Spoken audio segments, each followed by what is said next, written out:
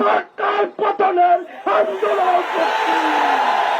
আমরা সৈন্যসর শেখ হাসিনা সরকারকে ততক্ষণ পর্যন্ত ক্ষমতার গতি থেকে নামাতে পারব না, ততক্ষণ পর্যন্ত রাজপথ ছাড়ব না।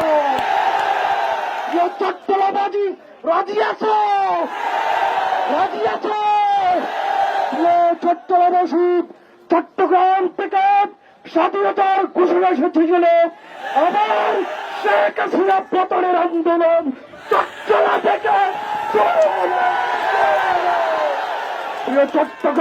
চট্টলাবাসী, সেই চট্টলাবাসী আপনাদেরকে বলতে চাই, এসপেরে দেওয়ার নাম নিয়ে সরকার পালিয়েছে।